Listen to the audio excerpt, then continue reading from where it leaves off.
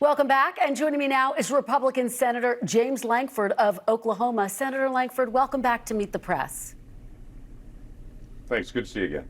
Great to see you. You have been a longtime supporter of defending Ukraine. In fact, back in 2022, you co-sponsored legislation that called for the U.S. to protect Ukraine, quote, before, during, and after the invasion. Based on what you witnessed in the Oval Office, Senator, are you concerned that the United States is turning its back on Ukraine? No, we're not turning our back on Ukraine, nor should we. Putin is a murderous KGB thug that murders his political enemies and is a dictator there. And so we've seen that. We've seen his aggression. Countries around him have seen that. Obviously, the Ukrainian people have seen that. The challenge is now we're at a stalemate. This is a World War I-like trench warfare, and it is best to be able to get to at least a pause. And what I hear President Trump saying over and over again is we need to get to a stop in fighting, find some resolution. I understand Zelenskyy is rightfully concerned that Putin has violated every single agreement he's ever signed and that he can't be trusted. He's looking for some kind of security guarantees, which the French and the UK are saying they want to put troops in. But we need to get these two folks at the table, get to some kind of resolution to something that may look like North and South Korea for a long time and have a line where people are looking at each other, but not an active war. As you know, extraordinarily, the Kremlin is cheering what it saw in the Oval Office. Let me ask you about something I just discussed with Speaker Johnson, which is that Senator Lindsey Graham has said that President Zelenskyy may need to resign in order for this peace process to move forward. What say you, Senator? Do you think President Zelenskyy might need to resign? I don't agree. I'm not interested in calling on the resignation of other world leaders. I didn't like it when Chuck Schumer asked for Netanyahu to be removed. I don't like it when other members of the Senate asked for Zelenskyy to be removed either. Quite frankly, I think that would spiral Ukraine into chaos right now, trying to find who is the negotiator to bring an issue to peace. If you remember in that press conference in the Oval Office just on Friday, it began with President Trump saying that he is a friend of Zelenskyy. He is interested. They've had good conversations. I think they understand each other, and that obviously there are differences where Zelenskyy wants more in the way of some kind of security guarantees. The United States is not willing to be able to put troops on the ground. We're not willing to do that, but President Trump obviously met with Zelenskyy first. Everybody was talking about Trump is going to work with Putin. He had foreign ministers working with the Russians. He wanted to meet personally with Zelenskyy first. I think that's a very clear sign of where he is and where he stands on this. But he wants to get both sides of the table and get an end to the fighting and the death. A lot of people are curious, Senator, about the bigger implications of this moment. Are you concerned that what happened in the Oval Office, the fact that the United States sided with Russia and North Korea in that UN vote, for example, the fact that President Trump accused Zelenskyy of starting this war, could that be sending a signal to China that it has a green light to invade Taiwan?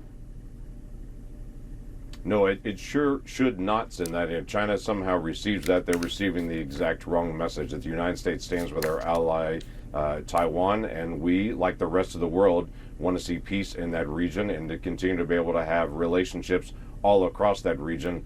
But China should not misread this at all. What President Trump is trying to do is trying to get both sides to the table. This is the interesting challenge that has not been done through this entire war in the last 3 years, to be able to get both sides and then to be able to figure out how to be able to get a stop to the fighting and then to be able to keep the fighting stopped. That's the next part. That's the biggest next challenge. It is. We'll have to see if these talks get back on track. I do want to switch gears, talk about the budget bill. You just heard me discussing that with the speaker as well. Of course, what passed the House deals with the president's deportation plan. It extends the 2017 Trump tax cuts. The argument that the Speaker or other House Republicans are making is that in order to get tax cuts done, the best chance is to do it together in this, what is called a big, beautiful bill. Do you agree? Will you commit to voting for the bill as it stands? Well, no one has actually seen the bill as it stands. What we passed right now is what's called the budget framework. It is just we should sit down and start making a plan. It is a very general statement of we need to be able to preserve our tax cuts. We need to be able to actually reduce spending. Now let's sit down and figure out how to be able to do that. So there is no real plan on the table at this point. Now it's time to make the plan. That was literally step one on it.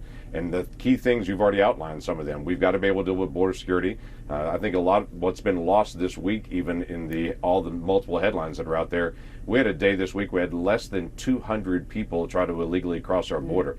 Less than 200. It was just a little over a year ago. There were 12,000 people a day that were illegally crossing our border. So we've had a dramatic shift in what's happening on our southern border. There's a lot of work that's happening, as everyone has seen, on trying to be able to get the economy back on track, to be able to push back on fentanyl coming across our border from the north and the south and with China. So there's a lot of things that are spinning in the air right now. It's a matter of trying to be able to figure out what's the right thing and what stage is every part of the negotiation in. Well, in terms of what may or may not be in the final package, some of your Republican colleagues have said point blank they are not going to support legislation that cuts Medicaid in any way. So, Senator, let me put this question to you. Would you support a bill that makes cuts to Medicaid or any other entitlement? So I heard the speaker mention this as well. No one's talking about cutting benefits on this. They're talking about how do you actually cut fraud. Between Medicare and Medicaid, we have, according to government records right now, the Government Accountability Office, almost $100 billion in what they're called either fraud or waste, or just we don't know where it went. $100 billion is a lot of money. I think there is an expectation for the American people that they're saying, when is someone going to step in and actually going to fix that? So I think that's a reasonable thing to do. If in your credit card, if somebody swipes your credit card 1,000 miles away from you, you get a warning immediately that says, hey, someone's trying to use your card on that. But in the federal government, you can have $100 billion in waste and no one notices year after year after year. That has to come to a stop. Now, there's lots of other areas of efficiency on this, but that's been an area that both Republicans and Democrat presidents have worked on for years. What this president is saying, it's time to actually solve this, not just talk about it. I have to ask you, Senator, about something that right now is impacting a number of states, including your neighboring state. A child in West Texas died from the measles this past week, tragically. Senator, it's the largest outbreak in the state in nearly 30 years. The majority of those who are impacted are not vaccinated.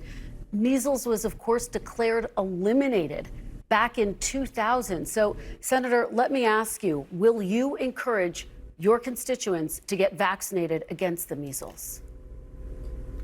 No, will I? Do I? I already do encourage people. I've been vaccinated for measles. My children were. I'll one day when I have grandchildren, I'll encourage them to get vaccinated on this. I think it's very important. What we've seen in some of these areas are folks that don't agree with the vaccine, and that they have the right to be able to do. Some of them are in religious communities that don't believe in vaccines at all on it. So I understand some of that. We're respectful of that.